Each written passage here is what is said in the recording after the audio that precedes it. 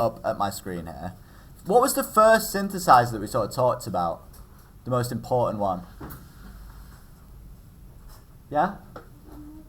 The Moog Modular, and that's the word I was really looking for, module. Well, these boxes are different modules, the different parts of the synthesizer we need to know about.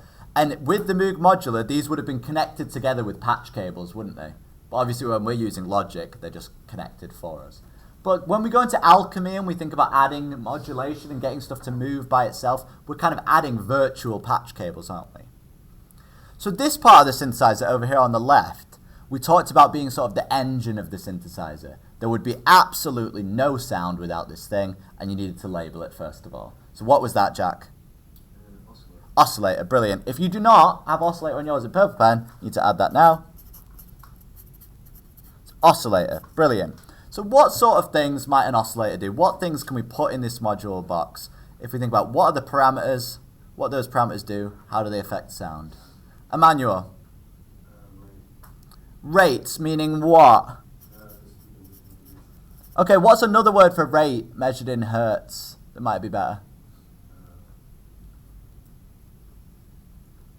Hertz? Frequency, brilliant. Yeah, so they have a frequency. Remember that very early synthesizers, they wouldn't have been controlled by a piano or something like that. You would have just grabbed it with your hand and turned the parameter to make it cycle at whatever hertz rate you want. Okay? So it wouldn't have been controlled by a keyboard, but of course ours are controlled by a keyboard. We press a key or a MIDI note, and it tunes the oscillator to that note. So rate or frequency, brilliant.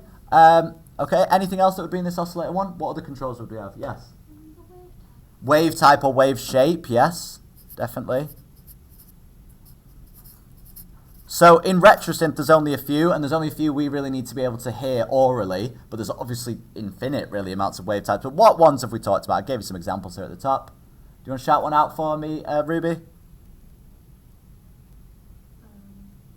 another number. Well, one of the ones at the top. What? Sine. Sine wave, yeah. Okay, so let's think about it. If we had a sine wave, what would it sound like, Tom? Brilliant. No harmonics. And that would make it sound what? How would it sound if I had no? I don't know. I was smooth. Really smooth. Good. If you were going to sort of liken it to another real instrument, what might you say, Lewis? Really smooth sound with very few harmonics or no harmonics. Flute. Yeah, flute. I would go for flute-like. Okay, yeah. So, do you know if like a sine wave has no harmonics? Yeah. How do you add a low pass filter to it? What's it removing? It's not really removing anything until you get to where those notes actually are, and you're going to remove the actual notes. I don't know, because if you just like go onto like Alchemy and then put like just a sine with a low pass filter, Yeah. you can actually hear it change. Yeah, you would hear it change because I'll show you at the end. Let me do this and I'll show you at the end. Remind me to show you. Okay. What other ones have we got here? We've got a triangle wave is the second one. What does that one sound like? Maybe in comparison to a sine wave. What do you think, Emily? It's got more harmonics. It does have more harmonics. Is a triangle wave really aggressive sounding? No, it's not really aggressive sounding, but it has some more harmonics. So you would see, if you were looking at an EQ chart, you would see the fundamental frequency, and there'd be a few harmonics after the triangle, after the fundamental frequency, but it's not full of harmonics. So it's slightly more aggressive. Make sure you're writing this on in Purple Pen. Slightly more aggressive, or bright is a good word. Slightly more bright. Okay, and then we've got our two which we've talked about which are quite aggressive sounding. What's one of those, Dan? Square wave, yeah. And square wave is quite aggressive with lots of harmonics. It also has a bit of a hollow sound to it. We'll listen to some in a bit, but it has a bit of a hollow sound to it. But it's quite aggressive, definitely. And last one? Two more we talked about, actually. Saw wave, which is really aggressive and has the most harmonics out of the ones we've studied. Really aggressive. Most harmonics.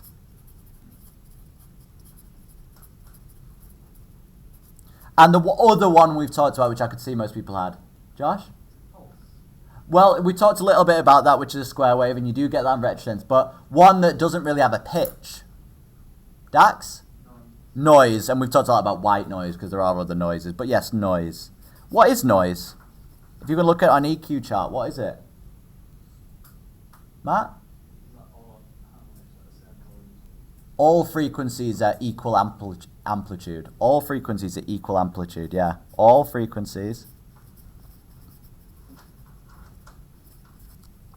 equal amplitude. Good. Okay. What other controls? So I saw on lots of people's sheets, while you were doing this, lots of people only had this. You just had wave types. Well, there's more things, isn't there? There's the frequency. Think about retrosynth or alchemy. What other things are on there? Emmanuel? Vibrato. Okay, so we might be able to add some modulation to these to make the pitch sort of flutter and shake. Yeah. Good. What else do you have? Think about retrosynth. What do you think, Sam? Tuning. Yeah, what are the two tuning things? Coarse and fine. Brilliant. Well done. Coarse and fine. And what are they measurements in? Coarse is a measurement in. Layla? Other way around. Good. Coarse is a measurement in semitones, and fine is a measurement in cents. There's 100 cents in a semitone. Why do we sometimes make one of the oscillators slightly out of tune in cents? Do you remember that sound it makes? It makes that detuned sort of chorus effect. Do you remember that? Say you have one oscillator going at 440 hertz, and you have another oscillator at 441 hertz. You get this slight detune sound that sounds really nice, actually, as opposed to bad. So we like to do that. And what else can you do on retrosynth? Because you might have two oscillators, so you might be able to do what between them? On alchemy, I think you can have 4. Yeah, like the mix of the oscillators. Okay, so those are the main sort of points I wanted you to make about the oscillator. Right, what's going on in this picture? So we have these harmonically rich waveforms, apart from sine waves. We have these harmonically rich waveforms, and we can see them coming out with this blue arrow. They're going into the next thing. What's happening in that picture, Dylan? Someone's making a nice filtered coffee. Okay, so filtering. So this is the filter section. And this ties in with the extend question here at the top when I said, what is subtractive synthesis? Well, we're taking harmonically rich waves. Write this in if you didn't have it. Being altered through filtering.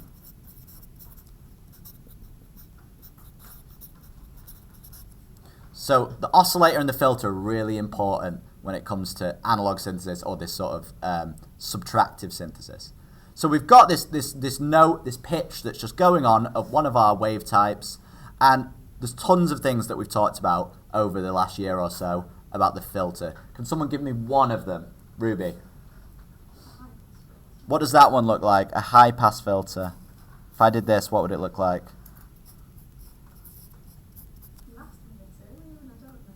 Okay. Well, it's where would if this is frequency along the bottom, that's frequency. So low frequencies over here, high frequencies are over here, and it's a high pass filter.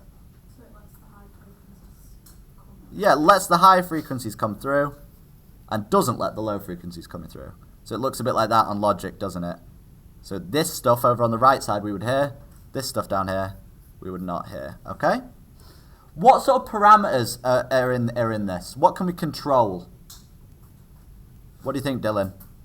Like adapting the lyric. No. That you're on something completely, well, quite closely related to do with synthesis, but not to do with filtering. Yomi. Cut-off frequency. Cut-off frequency. Where is that measured from? -5. You sure? Is it -3. -3. It's a bit random, isn't it? So at the point in which the filter has made -3 decibels of cut-off, that's where the cut-off frequency is. Good. So I'm just going to put cut-off hertz there. Cut-off frequency. Yeah, what else is there? What else can we control about this filter that will change the sound? So obviously, if we had a high cutoff frequency on a high-pass filter, only the really high harmonics and zzz sort of sounds would come through, and maybe a lot of the fundamental frequencies would be cut off. It depends how high that filter was up. Yes? The slope, The slope, brilliant. What's that all about?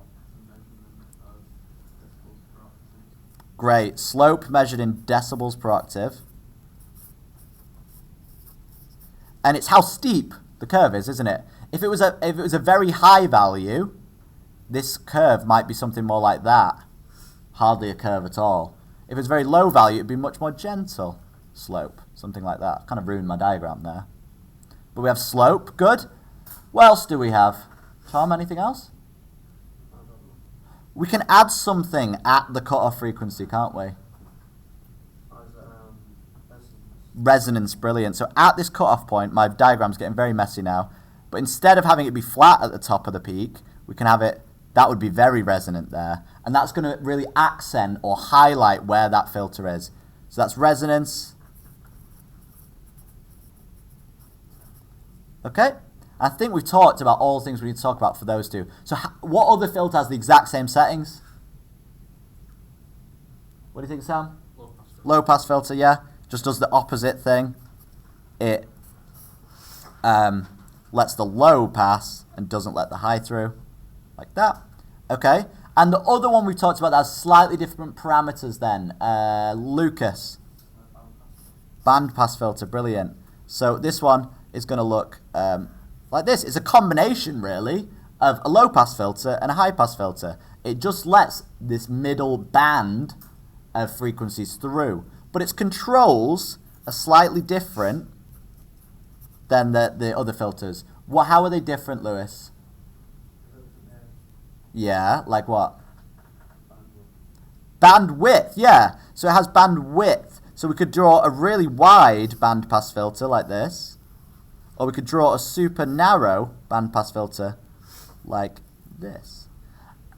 That bandwidth value, what else do we sometimes call it? When we're being cool. Yeah. We can just call it Q. And this one that's very wide, I'm going to look at Josh because I feel like I got this wrong before when I said it, but I'm pretty sure I'm right. If this was a low Q value, it would be very wide. And if it's a high Q value, it's very narrow. Yes. I always get that the wrong way around. So this one has a high Q value. This one has quite a low Q value. Okay, can we measure a cutoff frequency on this bandpass filter? Because there's two. There's one on the right side where it's cutting off here, and there's one where it's cutting off here. So we can't give it a cutoff frequency. So what do we call it instead? Who remembers? Katie. Center frequency is right in the middle of the band. That's our center frequency. Good. And instead of resonance, we call it what with the bandpass filter? Matt? Gain. So I'm just going to put that over here. Gain. So, those are the main things you would want to talk about with filters and oscillators. I did say on my sheet, how does each parameter sound? So when we did our oscillator, we talked about how each oscillator would sound. Well, what does a low-pass filter sound like? Imagine I said to a few people, imagine you're explaining it to a 10-year-old or a 5-year-old. What would you tell them? How does a low-pass filter sound? What do you think, Layla? Yeah, it's going to sound quite muddy. I'm sure I will have given you this example. Was there an example I gave you, Dax? Is that what you were going to say? Yeah, okay, so the bass is going to come through. Maybe like, has anyone ever been outside of like, walked past like a pub or a club where they're playing really loud music and just the low things are coming through, but you can't hear the high frequencies, so that's kind of like a low pass filter. What does it sound like though, Josh? Underwater, I would go for it. It sounds like sort of underwater. So that's what I would say. And then a high pass filter sounds really what? Tinny, yeah, because only the higher frequencies are coming through, and it's lacking that body to it. If we think about vinyl recording and tape, we've kind of talked about in the past that tape and vinyl almost have a band pass sound to them, because remember, those older mediums can't capture really high frequencies, but they also can't capture really low. So we've talked about vinyl and tape having a bit of a band pass sound. So if we just have an oscillator and a filter, and these things are just static all the time, this is going to be quite a boring sound. It's not going to get you very many marks on your composition, and they on your C4 exam or C3, they're going to ask you to explain other things. So, this is where I saw the most trouble as I was walking around. Most people got most of this stuff, and I was impressed with that. So, this other thing, well, it's got the exact same icon. It's got the exact same icon. So, it has this word oscillator in it. Layla, what do you think? You're not sure. It's a 3-letter acronym. L. Starts with an L. And you've used them quite a lot. And it has this word in it as well. LFO. You do know it. I'm sure you know it. We've talked about it so much. Good. So, if you have a look at how I've done this diagram, this blue is sort of the main sound wave going across. It's getting originated in this engine of the synthesizer. It's going into this filter where we're subtracting parts out of it, and then it's going to come out of the amp, which is just like the speaker, essentially. But we've got these two other things which can modulate the sound and make it sound more interesting. So they're control signals. And I've put the red arrow of the LFO going into the filter. Could it technically go to any parameter? Yes. This one, I've got going to the volume, the amplitude. Could it potentially go to anything? Yes. Okay, so these red arrows could actually go to anything. So we've got an LFO and this other thing, well, what is that? It's a letter, but what is it really? An envelope. It's sending a message. Every time you press a key or a MIDI note, it's sending a message. This thing is sending a message all the time. It's oscillating, a low frequency oscillator. So this has a lot of the same controls as an oscillator. Like what, Tom? LFO has a lot of the same controls. Rate. So yeah, when we're talking about rate, what are we talking about? Yeah. The speed at which something occurs. And so if we think about music, if we talk about rate, we would usually talk about frequency. So you could call, we said before, frequency and rate. In my book, they're slightly different. Rate, when you see it in Logic, is always referring to what? Note values, quantized values, yeah. And LFOs, we like to have them synced to our track. So sometimes you will see the word sync as well. So rate, quantized values. Okay. What's it going to have that's the same as the oscillator, Sam? What do you think? The wave type. Yeah, so the wave type. Good. And you could have any of, the ones we've talked about and some crazy ones on something like Alchemy. So it's got the speed of something happening, the shape in which it's happening. What else? The most important thing. If you don't do this on RetroSynth or Alchemy, nothing will happen. Matt, the depth. What is the depth?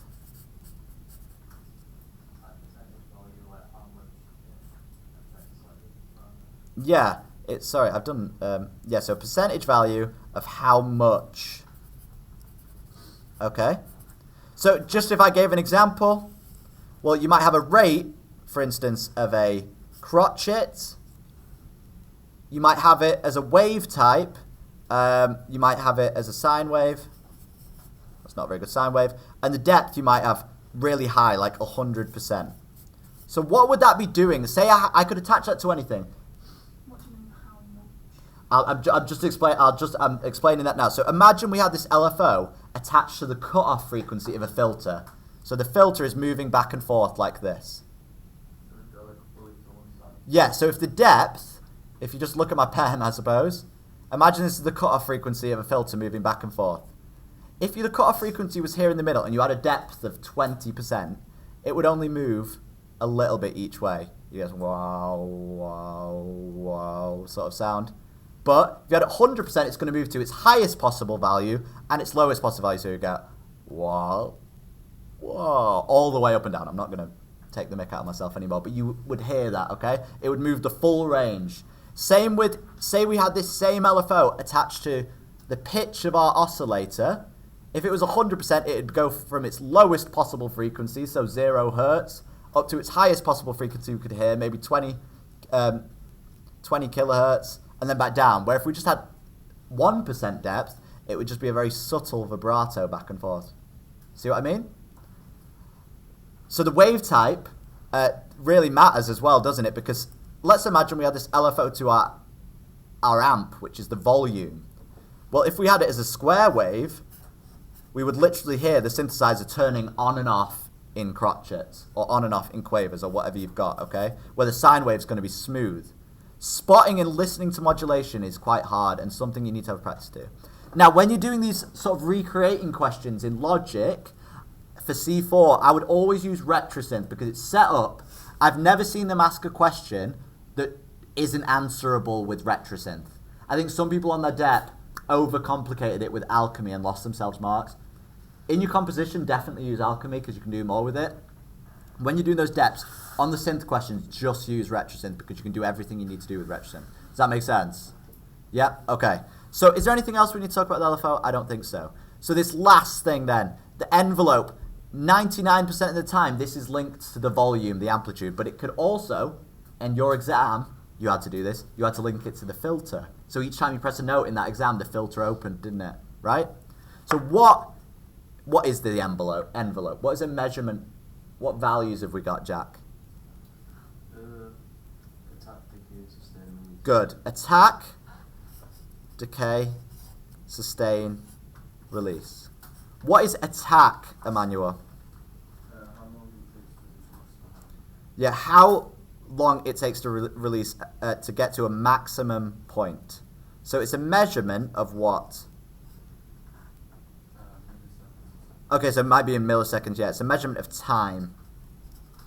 Decay is also a measurement of how long it takes to get to this sustain value. We'll talk about that in a sec. So it's also a measurement. Again, in purple pen, you need to be correcting yours if you didn't have this. Also a measurement of time. Sustain is slightly different because what? Because what, Emily? Because it's not measured in time, it's measured hertz, No? decibels. Yes, it's a measurement of amplitude in decibels or amplitude. And the release is how long something lasts after the note has happened or after I've taken my finger off the keyboard. Josh? If the sustain wasn't connected to the amp, what would the sustain value be because it would be amplitude and depth? What's the question? I'm not sure I quite understand. So some synthesizers, like in Alchemy, they have this is why they call it an envelope, because it's not always an ADSR, is it? Sometimes you can just have AD ones, sometimes you can just have attack and release. Even if it's not connected to the amp, it still has sustain, so instead of sustain being amplitude, would it just be general depth? I'm not sure I understand the question of what you're asking. I'm not sure. The sustain value, if I press a note, it's going to attack however long I get, and then the sustain value is a measurement of volume. So if I held this key down, this invisible key I'm pressing, for an infinite amount of time, that's the volume in which it would stay. So If you didn't have that, it's only going to follow the time. So if you had, say, a second, it gets louder over a second, gets quieter over a second, it'll only last for 2 seconds in total. but if you made an ADSR and then connect it to a filter, what would the sustain be to the filter? Would it be It's where the filter stays as you're holding the key. It's to do with, yeah, if it was on the cutoff. So it would attack up to a point, decay back to a point, and then stay wherever it's held. But if you didn't have one, it would just come back off, back to its original starting point. I'm not sure I fully understand. Yeah. Question with noise, and when you mention that with different types of noise, you know how on old TVs you do like brokerage, Yeah, like static. noise. That's what white Are noise. they- Yeah. Yes, same sort of thing. That staticky noise is white noise, isn't it?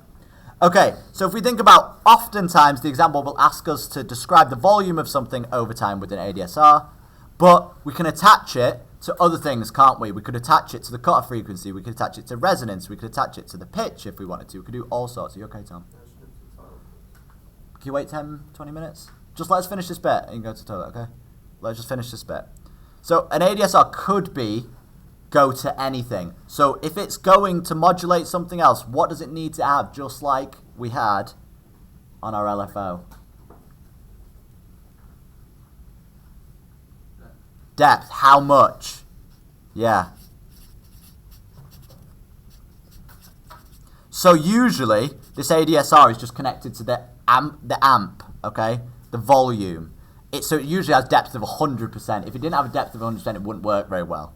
But when you're doing it on something like a cutoff frequency or something else over on the oscillator, you might want to experiment with the depth of that a bit more. Okay? So let me just show you, and I'll just come out of this.